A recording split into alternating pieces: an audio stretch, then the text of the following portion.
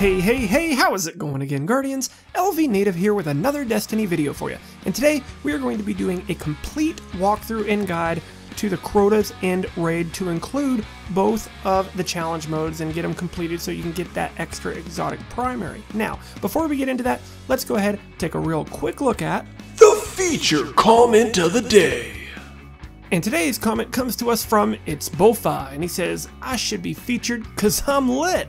So there you are, man. Thanks for the support. And remember, guys, if you would like to be the featured comment of the day, all you got to do, smack that like button, leave a comment in the section below, and I just might pick yours to be the next feature comment of the day.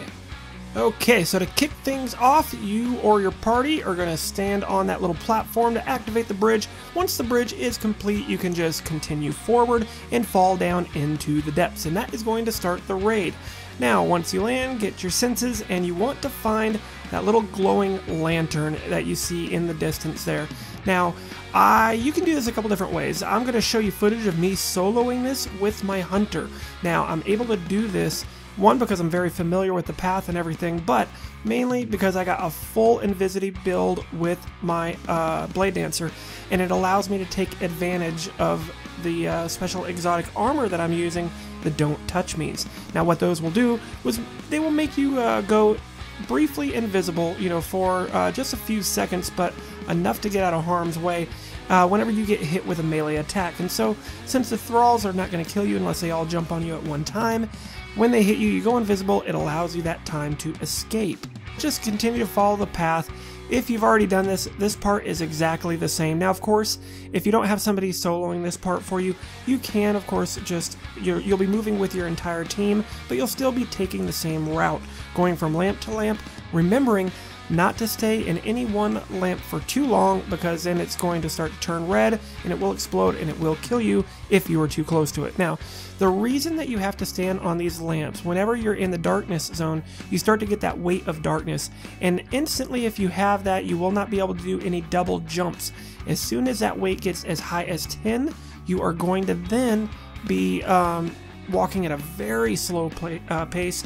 You're basically a sitting duck at that point until you can get to a lamp, but you move very slow and you can't jump at all, and it's something you want to avoid if at all possible. So everybody needs to move as a group. You guys need to communicate so nobody gets left behind.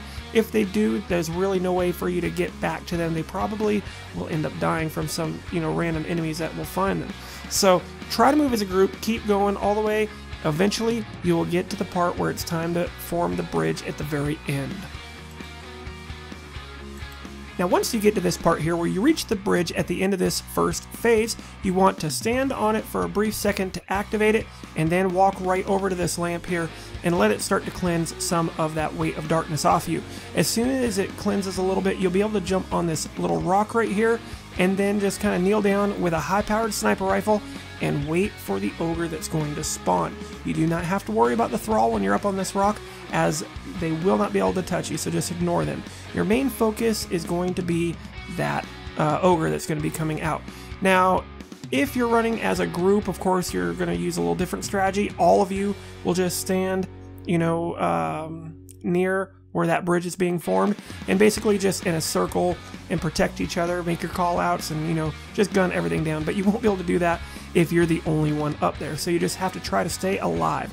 Now, if it doesn't go to plan and you don't kill that ogre, and for whatever reason you have to abandon ship, you have to stay on your toes. Remember, you can use your melee to turn invisible for a period. Remember, you can keep crouching down every so often to activate the invisibility, and you have your super ability. If you have that where you go invisible, you can use that to stay invisible for quite a long time as well. Just do whatever you can to survive. Don't you want to avoid this type of situation, guys. You don't want to be dancing on top of all this thrall. This was a very dangerous situation, and I was lucky that I got out of there alive. But just keep surviving as long as you can. Once the bridge forms, do whatever you have to. Pop your super like I did, get across that bridge, and then just head on towards the light at the end. Once one person gets through the bridge all the way to the end, it will advance the entire team onto the next phase. Alright, now we get to the bridge phase of this raid. Now, this has not changed, at least for the very beginning part. things do get a little different at the end. We'll cover that in a second. But I want to get this out of the way right now. You cannot really cheese this at all anymore. I tested this thoroughly running in solo and was able to use the sword to fly across. Did everything I used to be able to do even a week ago. I was testing these out and they were working just fine. It's not going to work anymore. Don't waste your time trying to cheese it like I did. Okay, so what you're going to do is have to cross legit. And the way you're going to do that is you're going to have, when the raid starts, it's going to start with anyone stepping on any of the plates. You're going to want to split up into basically 3 teams of 2. You want 2 left, 2 right, and 2 in the center. The 2 on the left and 2 on the right are there to stand on those totems and make sure that at least one of you is always in there. If you step away from it for too many seconds, everything's going to start getting red, and if you stay for too long, it will wipe your entire team and you have to start this part over. So do your best, to make sure someone always stands there. There's going to be a knight that comes down out of the center room from behind everybody. Once you down him, you'll be able to pick up that sword. Now, one of you will have to cross over. The reason why you have to have another person in the center is that person has to be standing on that platform to build the bridge. So he's going to build the bridge, you're going to kill the sword, one of the people are going to use that to get across. Now, very important here, guys. The person who is taking the sword across the bridge has to kill the respective Swordbearer knight on the other end. I can't stress this enough. Use your right bumper or right trigger attack to knock him down quickly, but you do have to make sure you kill him. Once you've killed him, you just want to, start wiping out the ads over there. Stay mobile, but just stay alive. It's not going to be that bad. The enemies aren't that tough. The other side, the 5 people who are left, you're just going to rinse and repeat. Keep doing the same thing until you send a second person over, and then a third person over. Once you get 3 people across and they've all killed their knights, they now will build the bridge for the rest of the 3 that were left on the original side. So as soon as the third person gets over, kills his knight, they can then stand on their platforms. As soon as they do, you need to call that out so everybody on the original side can all get off of their totems. You do not want to be standing all of them at the same time. It will mess it up and it will wipe you. So as soon as the third person gets over and kills the knight, one of them on that side makes the call out for you guys on the original side to get off your totems. From here, you just need to stay alive down the next Swordbearer that comes out as soon as you get a 4th person across. And now you're going to have a little message that pops up in the bottom left letting you know that the path is clear. You're going to see swords pop up. This is where it's awesome. I had so much fun doing this raid at this exact part. Everybody is just going to pick up swords and just heavy smash the entire friggin' group of enemies that is out there. You're going to have a lot of yellow bar knights. Doesn't matter. You got 6 guardians with sword just going hammer brothers on everybody, slamming everything into the ground. This part is actually extremely fun and satisfying. Alright, once you have finished that, you are now done with the second phase, and we are going to move on to the corridor going down to face Ute. So this part here you just want to get through as quickly as possible. At the very, very end, in the far end, there is that treasure chest that spawns. So one person from your team has to be able to get through and get to that chest before that door closes. It's on a set timer, so you got to be moving quick, killing the 3 shriekers that are going to appear to break the barriers and then get through to the other side. Once you're done picking up your ascendant materials from there, you guys can just fall down into the pit and get ready to start the fight with Ute. Okay, now for this particular battle, if you want to do the challenge mode, it's going to be a little bit different than how you used to do it before. If you don't care about the challenge mode, if it's in future weeks or whatever, and you just want to get through this part, it's going to be exactly the same. I recommend breaking up in 2 teams of 3. 3 go left, 3 go right. Now, if you want to complete the challenge mode, this is what you have to make sure that you do. So to complete the challenge mode, there's only one win condition. You have to eliminate Ute with that sword. So when you guys first start this, you're going to break out 3 left, 3 right. I recommend sending 1 person immediately to the right tower, 1 immediately to the left tower, and to clear out the little boomer knights that are sitting up top there. Eventually you're going to get those wizards to spawn, kill them, then you're going to deal with the shriekers on each side. After the shrieker dies, make sure you run back out so you can avoid those little purple plasma thingies, and then you will want to move on to the next step. So now you've killed your Shriekers, you've killed everything outside, you're all kind of pinching in towards the middle. Once you get to the middle and kill the last 2 knights besides Ear Youth that are there, she's going to give out a shriek. That is your cue for everybody to book it back out to that main starting central area, as you are going to have 3 ogres, 1 from left, 1 from right, and of course 1 from center that you guys have to deal with, as well as 6 knights. So now once you and your team have killed all 3 ogres and all 6 knights, there will be a Swordbearer that spawns coming out of this little central door. You need to down this knight quickly, pick up the sword, and that person needs to sprint, use every available means he can to get back into that room with Ear Youth. She's only going to take 1 smack with that sword, so the Guardian with the sword runs in there, smacks her, and congratulations, you have now completed the first challenge mode, and will get that exotic primary, as well as, I believe, a emblem and or shader to go with it as well. Okay, now for the Crota fight in general and for the raid challenge, we're going to, of course, tell you what to do for the raid challenge, but there's a couple of changes that are definitely worth noting here.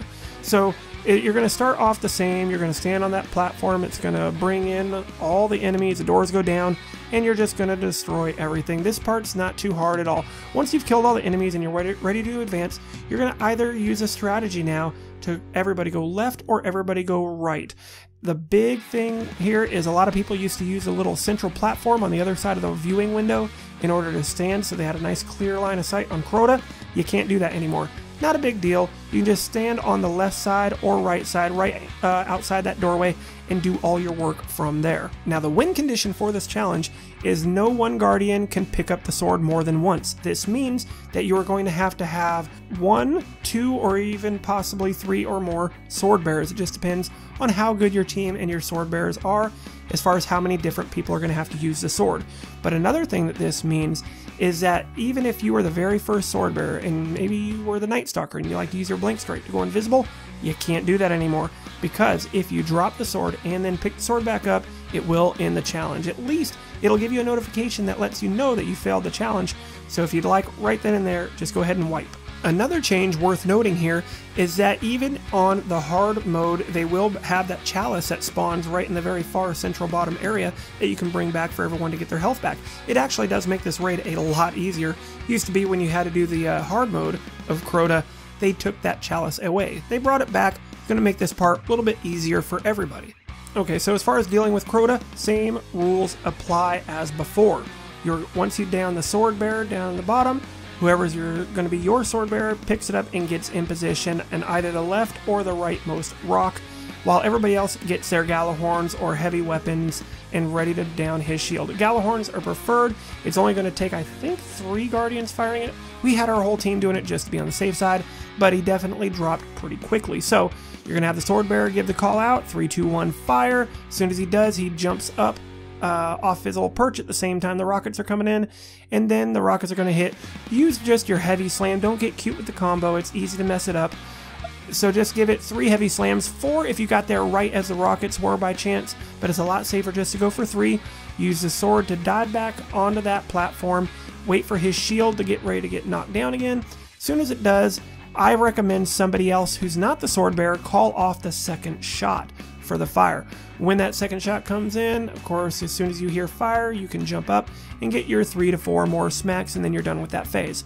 There is one little change. The Swordbearer is not going to see much anything different. Everybody else will. What happens is once you down Crota and he goes to a knee, when he stands back up, it is going to summon the Oversoul every time. So you're going to down him, your Swordbearer is going to get a few hits on him, and then when he stands back up, there will be an Oversoul that appears.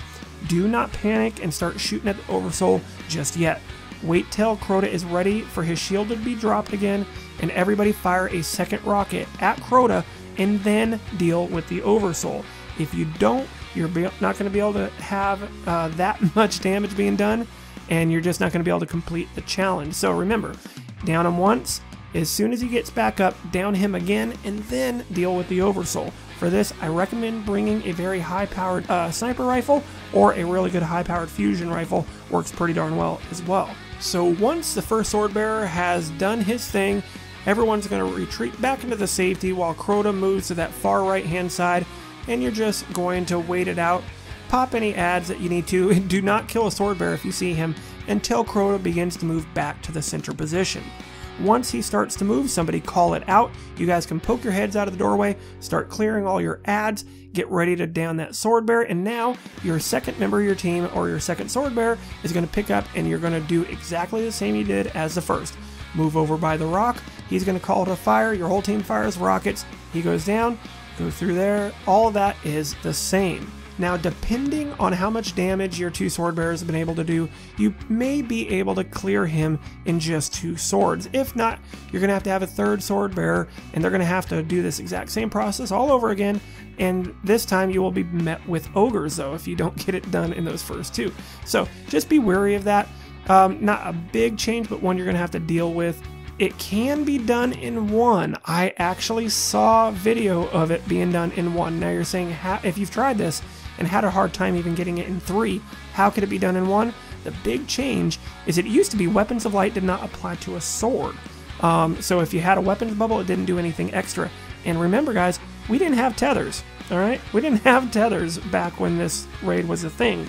So we can have a weapons of light bubble being placed on that perch where you are waiting to jump up with the rockets hitting, and you will now have added damage done to Crota, and you can actually kill him in 1 sword. If your timing is perfect, you can get 4 hits in each time.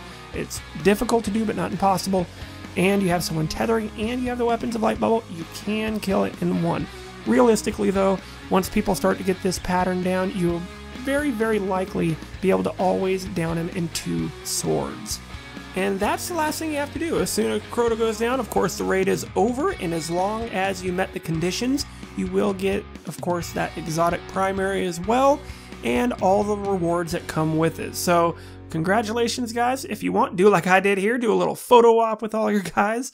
But, as always, Guardians, this is LVnative. You guys are awesome, and I will see you in the next one.